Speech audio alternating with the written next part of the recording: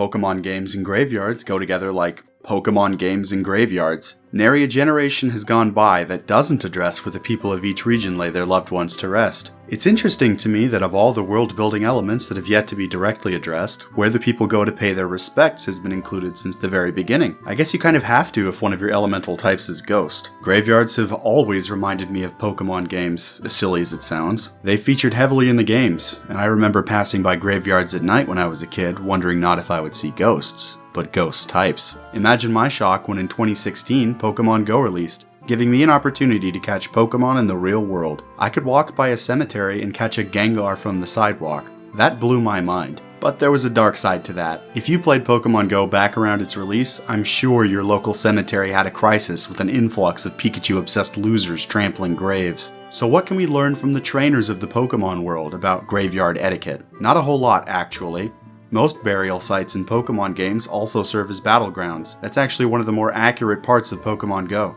And that really got me thinking, is playing Pokemon Go in graveyards actually endorsed by the main games? Yes, to put it shortly. I personally am not down with it though. So I thought today that I would examine the graveyards of the Pokemon world and try to see what there is to learn about how the people inhabiting it treat their dearly departed. I hope to gain a greater appreciation of these staple locations and share some thoughts with you. Maybe along the way we'll find out the final resting places of some known characters.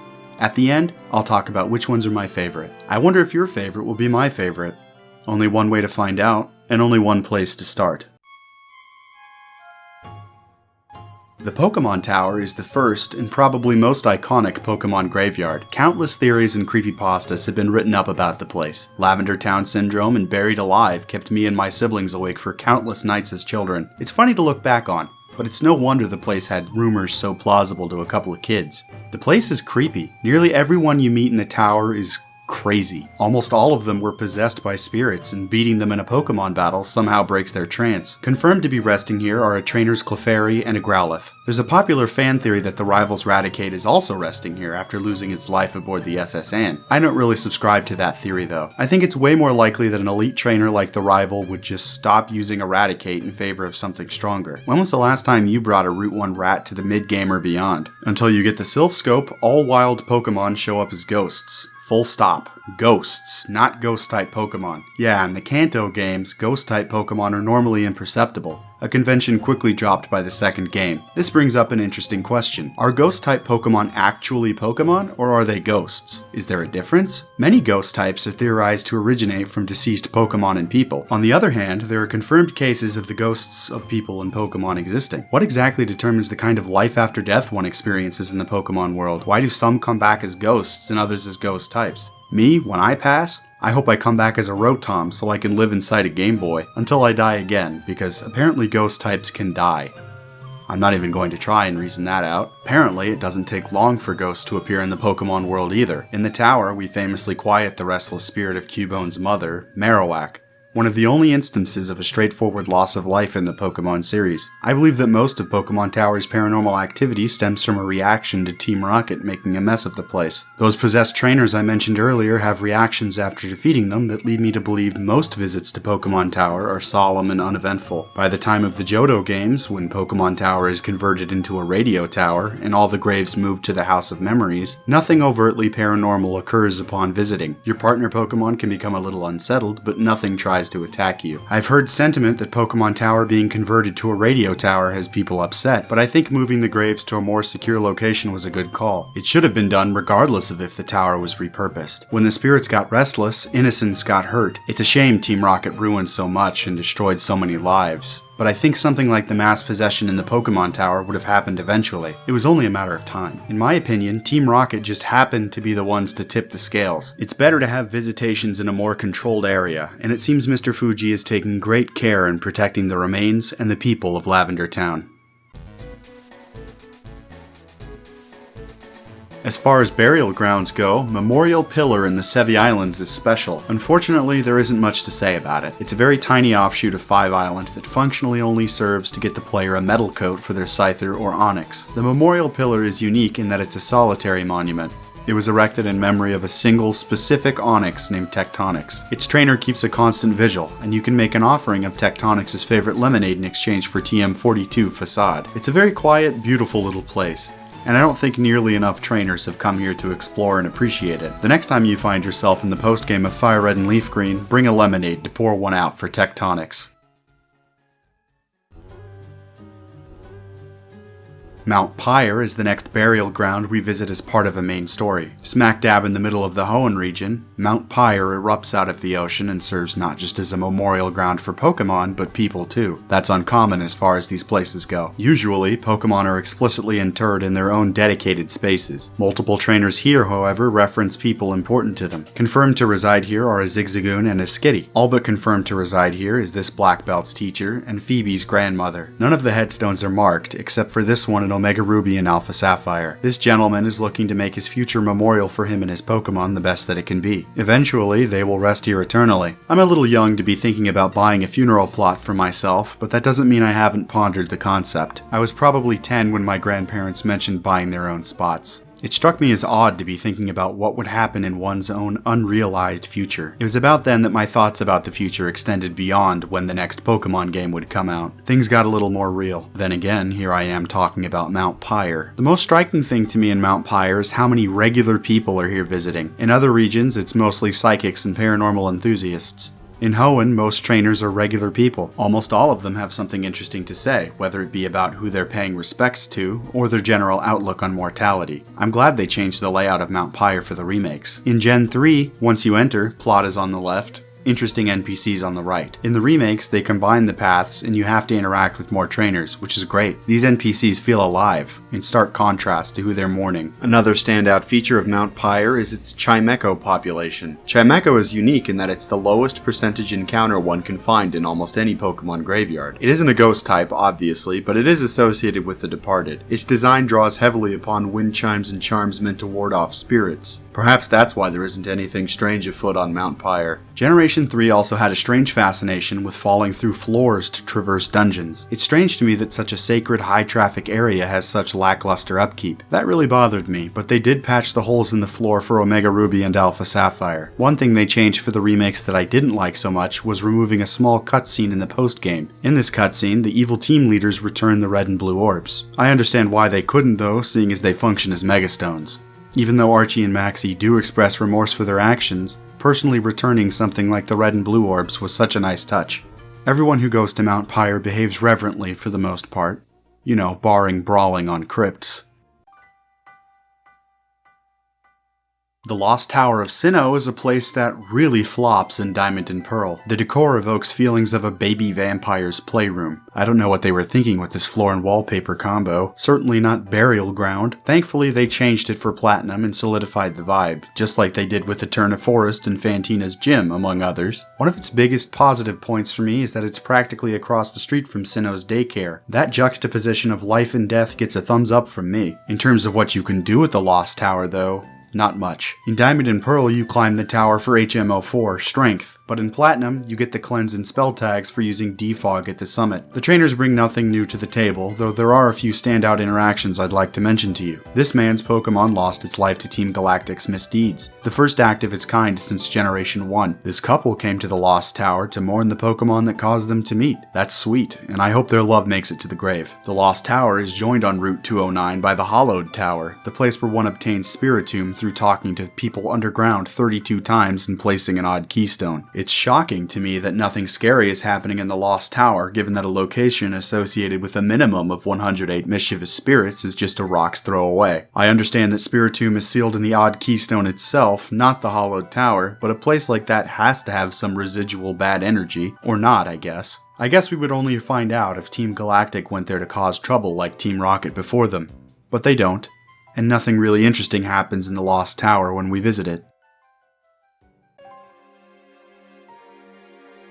The Celestial Tower of Unova is a return to form for burial grounds. By that I mean it's a straightforward climb to the top with basically no diversity of spawns. Like Pokémon Tower before it, it really only features its region's iconic ghost type. LGM are here, much like Pokémon Tower has Cubone, but who makes a trip to get either of those for their team? Presumed to be buried here is Alder's first partner Pokémon, who died of an illness. What's interesting to me about Celestial Tower is the perceptions of death that the people of Unova share. In the minds of Unovans, a person's dreams, hopes, and relationships are laid to rest alongside them. I subscribe to those beliefs, beliefs, I think. In my opinion, that's why it's a little bit more devastating when one dies young. Everybody has things they want to come to pass, and seeing those dreams go unrealized cuts deep. Despite this more bleak take though, the trainers here express a lot of hope and acceptance. The presence of Litwick here provides some minor evidence that perhaps the Pokédex isn't the most reliable source of information. According to its entry from Black and White 2, the flame atop a Litwick is usually out. A Litwick only burns bright when absorbing life energy, so either this process isn't actually harmful, or it's merely legend. Regardless, people aren't dropping after visiting here, which is a good sign. One of the most interesting mundane side quests in all of Gen 5 plays out in the Celestial Tower. The basic premise is that the husband of this newlywed couple sends us to climb the tower and ring the bell for the sake of their marriage. 4 new trainers show up and stop us at each of the stairwells.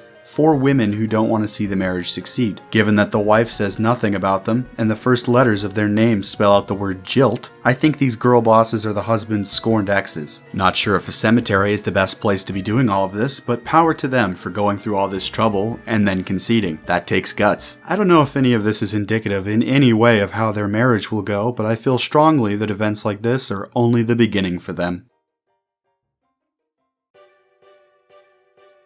The next burial ground takes us to Kalos, specifically Route 10's Standing Stones. Their real-life inspiration are the granite Karnak stones of Brittany and other similar Bronze Age monuments. Specifically, the menhir for which the route's alternate name comes from, Menhir Trail. Their exact purpose has been lost to time, and various mythological origins have come up in the past, such as them being erected by giants. Most relevant to our purposes today, though, is the idea that in large groups, each standing stone was a soldier turned to stone. In Pokemon X and Y, each one is the grave of a Pokemon whose life energy was absorbed to power AZ's ultimate weapon 3,000 years ago. I believe that this makes Route 10 in Geosenge Town the oldest graveyard in the Pokemon series. The truth behind these mysterious monoliths is mostly forgotten by the people of Kalos, until Lysander reactivates the weapon. It's a little sad and totally understandable that no one would remember the true purpose of the Standing Stones millennia after the fact, well, except for AZ the Wanderer himself.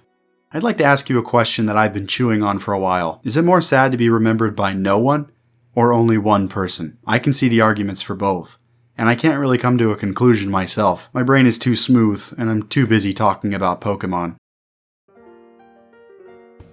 Hau'oli Cemetery is one of 2 graveyards in Alola, located on Melee Island. Honestly, it's not that exciting. And that's fine, because it's a graveyard. It's perhaps most famous for this cutscene that occurs once you obtain the Ride Pager. A woman mourns her husband with their Machamp and recounts the tale of how he lost his life saving the Pokemon from an accident. This is significant to me in that it's the first overt cause of death for a resident of a graveyard in the Pokemon series, to my knowledge. Cubone's mother Marowak's cause of death isn't more specific than Team Rocket did it, and we only know that Alder's first Pokemon passed away from an illness. On the flip side, this man died in a Ride Pokemon accident. We don't know exactly whether the at-fault party was on a Pokemon as well or in a vehicle, but we know that he has a family and his own life that has kept this widow from hating him. That's pretty darn specific. This Machamp also has a fair bit of survivor's guilt, which is sad.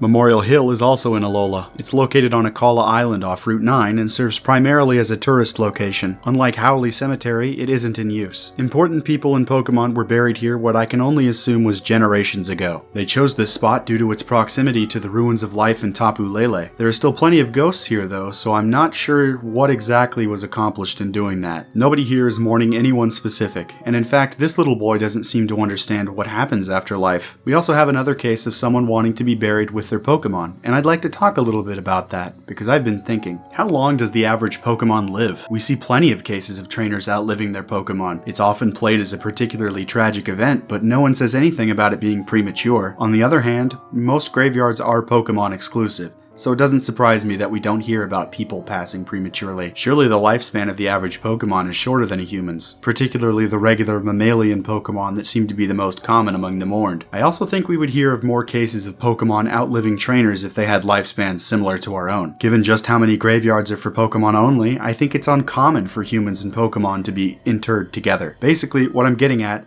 is this lady probably has a very strong bond with her Rockruff.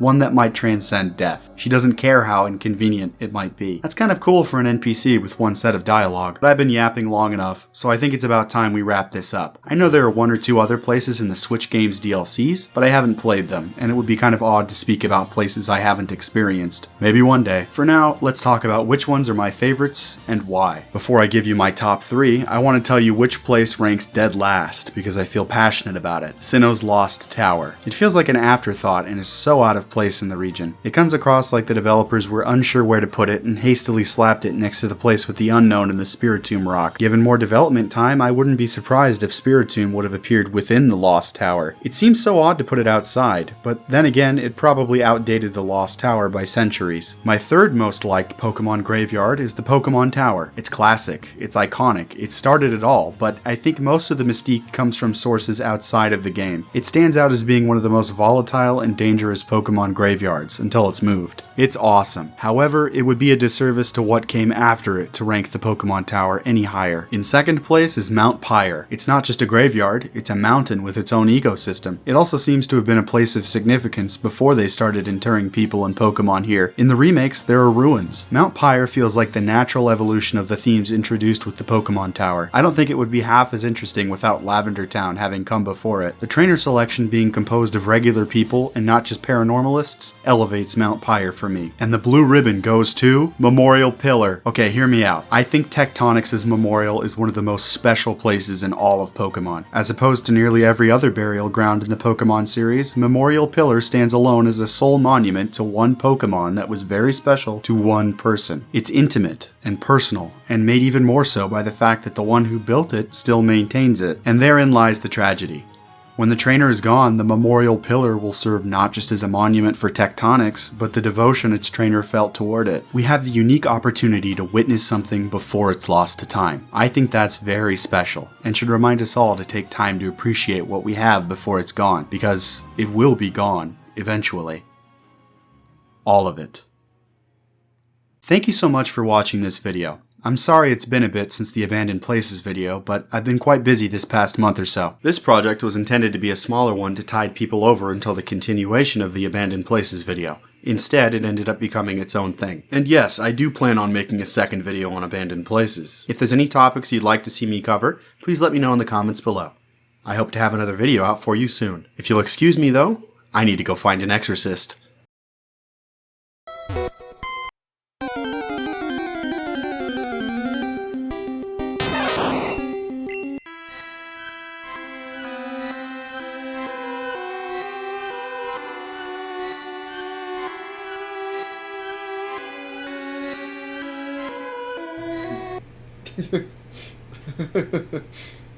What?